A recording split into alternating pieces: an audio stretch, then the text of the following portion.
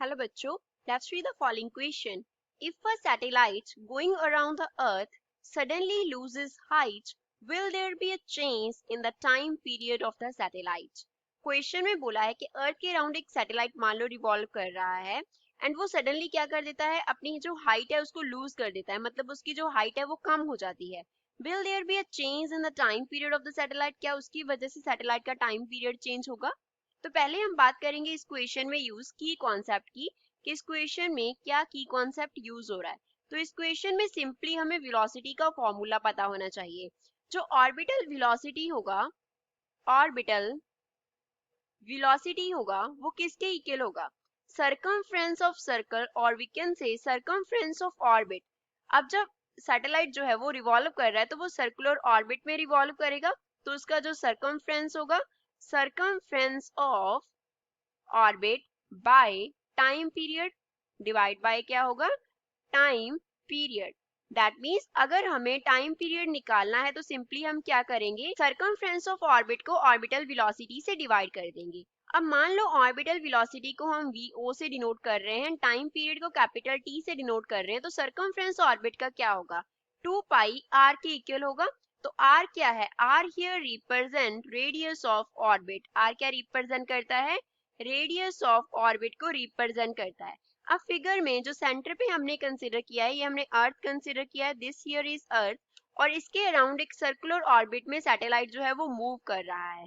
S जो है वो क्या रिप्रेजेंट करता है? एस रिप्रेजेंट करता है सैटेलाइट को. अब अर्थ का जो रेडियस है यहाँ से लेके सेंटर तक वो कितना है? आर, कैपिटल आर के इक्वल है. ऑर्बिट की जो हाइट है यहाँ से लेके यहाँ तक वो कितना है? एच है. तो ऑर्बिट का रेडियस कितना होगा? यहाँ से लेके यहाँ तक ऑर्बिट रेडियस होगा, दैट इज स्मॉल आर. तो स्मॉल आर किसके इक्वल होगा? अर्थ का रेडियस प्लस जितनी हाइट है. तो स्मॉल आर को हम लिखेंगे कैपिटल आर प्लस एच के इक्वल. एच जो है वो क्या रिप्रेजेंट करता है? Height of satellite. Height of satellite को रिप्रेजेंट करता है. अब इस क्वेश्चन को सॉल्व करते हैं. क्वेश्चन में जो हमारा सैटेलाइट है वो सर्कल में मूव कर रहा है, तो सर्कल में मूव करने के लिए उसको क्या चाहिए? सेंट्रीपिटल फोर्स चाहिए. F जो है वो रिप्रेजेंट करता है सेंट्रीपिटल फोर्स को. सेंट्रीपिटल फोर्स को. तो सेंट्रीपिटल फोर्स जो है वो कौन प्रोवाइड करेगा? ग्रेविटेशनल फोर्स प्रोवाइड करेगा.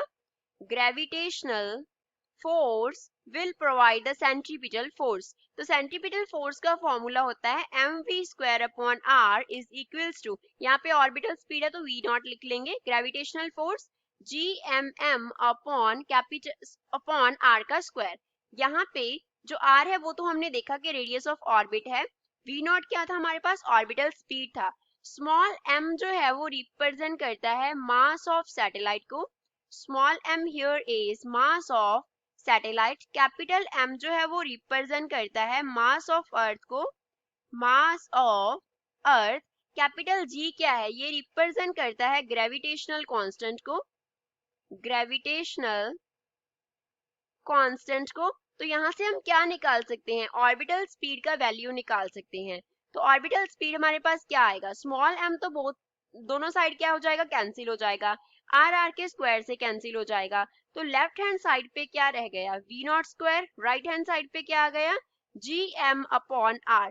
दैट मीन्स अगर हमें v नॉट निकालना है तो वो क्या हो जाएगा? Square root of gm upon r हो जाएगा.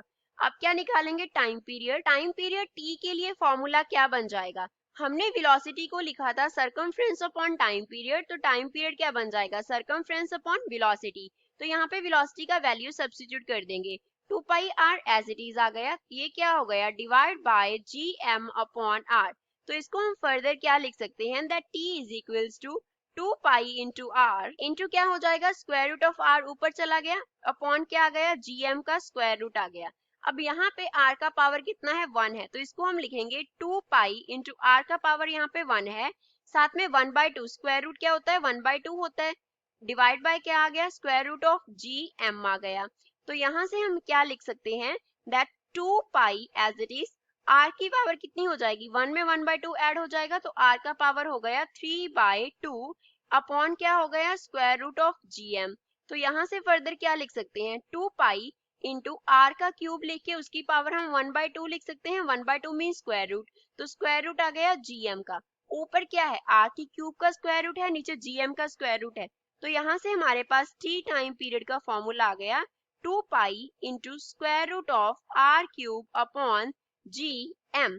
आपने ऊपर और नीचे दोनों स्क्वायर रूट क्या कर दिए, साथ में कंबाइन कर दिए। तो r का वैल्यू सब्स्टिट्यूट कर देंगे तो t बन गया 2 pi square root of r plus h का क्या हो गया, क्यूब हो गया, divide by g into m हो गया। तो यहाँ से हमारे पास क्या रिलेशन आ गया, दैट जो टाइम पीरियड है वो हाइट के डायरेक्टली प्रोपोर्शनल है, डायरेक्टली डिपेंड करता है। दैट मीन्स अगर h का वैल्यू डिक्रीज करेगा तो टाइम पीरियड क्या करेगा, डिक्रीज करेगा। तो यहाँ से हम देख सकते हैं कि अगर h का वैल्यू जो है वो डिक्रीज करेगा तो उसके कॉरेस्पॉन्डिंग टाइम पीरियड क्या करेगा, डिक्रीज करेगा। तो इस क्वेश्चन का फाइनल आंसर क्या हुआ कि जब सैटेलाइट अपनी हाइट लूज करेगा, मींस h का वैल्यू डिक्रीज करेगा, तो उसकी corresponding time period of the satellite will also decrease. I hope you understood well. Thanks.